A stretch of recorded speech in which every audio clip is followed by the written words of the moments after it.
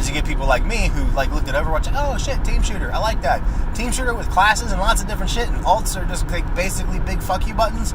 This is great. This is fun. But then all of a sudden it became a serious shooter game, and now I'm pissed because now the game that I thought was real fun is now just way too fucking serious because everyone just cares. Like winning, this is my biggest gripe with Overwatch, summed up in one concentrated sentence. In Overwatch, winning is more important than having fun. And that is the modern game. It's all about winning. Like, I've had matches I've lost that were fun as shit because it was just a back and forth nail biter the whole time.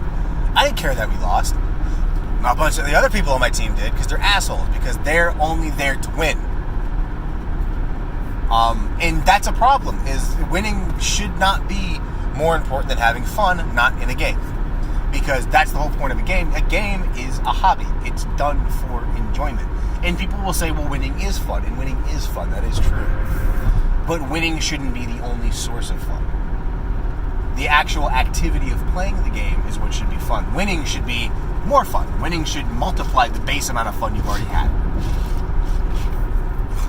But when the base amount of fun you're already having is just one, because the game's so damn serious that you're on edge the whole time and being yelled at and this and that, the game's not fun anymore. And so winning just barely takes the edge off of the stress of actually playing the game. Like, the game is stressful to play.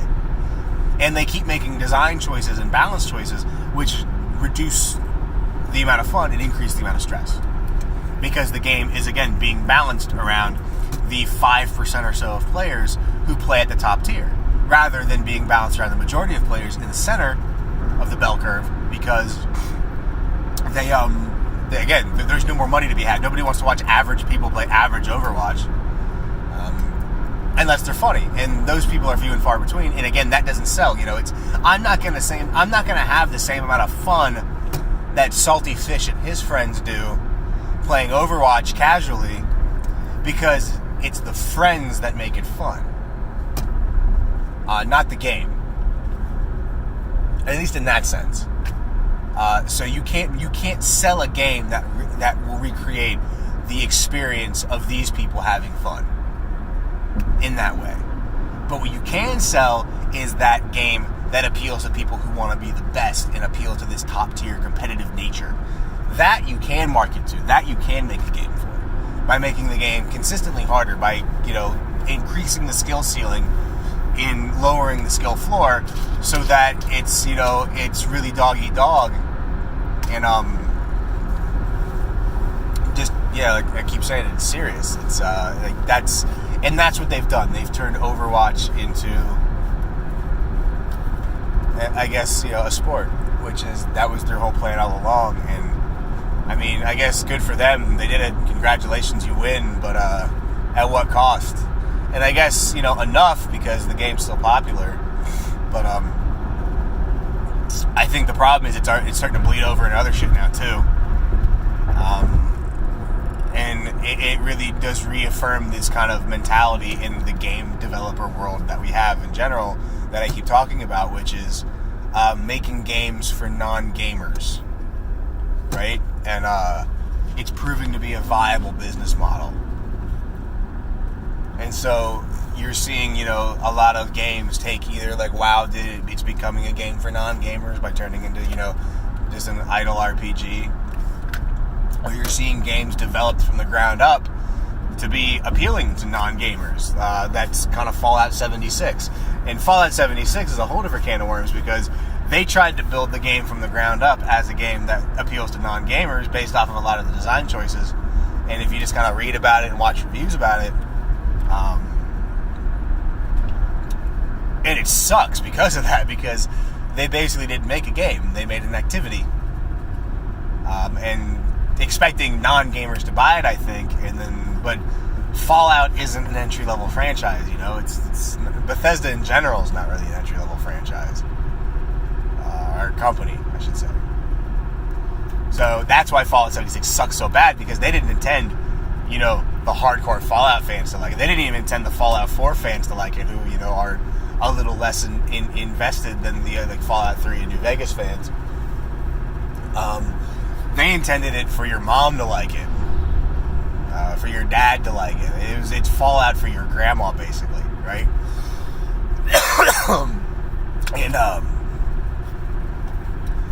so they made Fallout for your grandma. It sounds like a bad punk rock band. But grandmas don't buy it because, again, it's not an entry-level franchise. So what they were left with was a really bad activity disguised as a game that nobody liked. And then they just kind of fucked up because it's like, rather than go, our bad, we'll do better, they kept trying to fix it and just kept making it worse. And it's microtransactions and shit. It's just bad. And so, but yeah, it's just this continuing trend of developers making games for non-gamers because non-gamers are, there's infinitely many more of them. Gamers are a pretty finite and small portion of the general population. And so if you want more money, because there's become so much, so many corporate middlemen in most game development studios now that they need more money to keep the system going. So they have to appeal to these non-gamers because, even if if every gamer in the world bought the next Bethesda title, it might not be enough money, ostensibly. And that's kind of where we're at, that the system has just kind of gotten bloated and weighted down, and now we all pay for it. And that's why indie gaming in general, I think, has kind of taken over, because the indie studios don't need to turn, multi-million dollar quarters in order to be successful. If Grinding Gear Games, a bunch of fucking Kiwis sitting on their, statues can make, probably just a few $100,000 a year, they're probably fucking killing it because their team is small. And Path of Exile is proof of that, because, and I fanboy the shit out of Path of Exile, but it's because it's a really well-made game, and they did it right. And so far, they've not bent the knee to making more money than they need by trying to bring in, people that aren't gamers. If anything, the game is actually, I think it's gotten more difficult as time has gone on and become less friendly to outsiders. And I think that's why it just continues to endear itself. And I think they really saw, after Blizzard fucked up the whole Diablo Immortal thing, they kind of doubled down, because they said, these are our people. The people that are pissed off are people that want what we have. So let's double down on what we do right, and keep doing that. And it's doing well for them. But I think it only works because, like I said, they're not this giant bloated company that's got multiple, presidents of multiple branches and got, so many corporate middlemen to pay off that they can get away with that. They don't need to turn all that profit. Where Bethesda right now, you could say game development cost has gone down, but the development cost has gone down, but the company itself still consumes just ravenous amounts of cash because it's just gotten too big for its britches, ostensibly. And gaming just doesn't support that, I don't think. And that's what we're finding out, is that I think gaming in general is really threatened by all this, as it keeps trying to appeal to non-gamers via either by trivializing their games or appealing to this esports mentality. Either one, I think neither's going to work. You can't do both at the same time because they're opposites. And I think they reached the point, like I said, I think if the next Bethesda title came out, the next Blizzard title came out, if every gamer in the world bought it still wouldn't be enough money.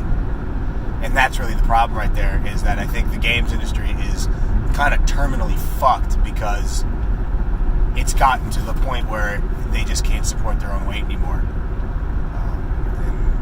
I think Blizzard tried to branch out to support that with the Warcraft movie, which I actually really enjoyed. I thought it was good. I wish they would make another one. But they just can't quite do it.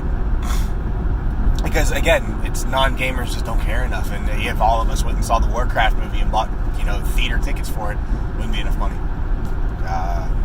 Because the corporation and the business model in general just doesn't support businesses of this size. And it sucks because that means maybe the future's on indie games. But again, as I've said before, indie games really aren't that much better, because you get some indie developers who are really just some nerds in a garage really trying to make the best game they can. But a lot of indie developers are just, dickheads realizing they can make a really average thing artsy and people will pay for it with before even buying it. That didn't make any sense, but you know what I meant.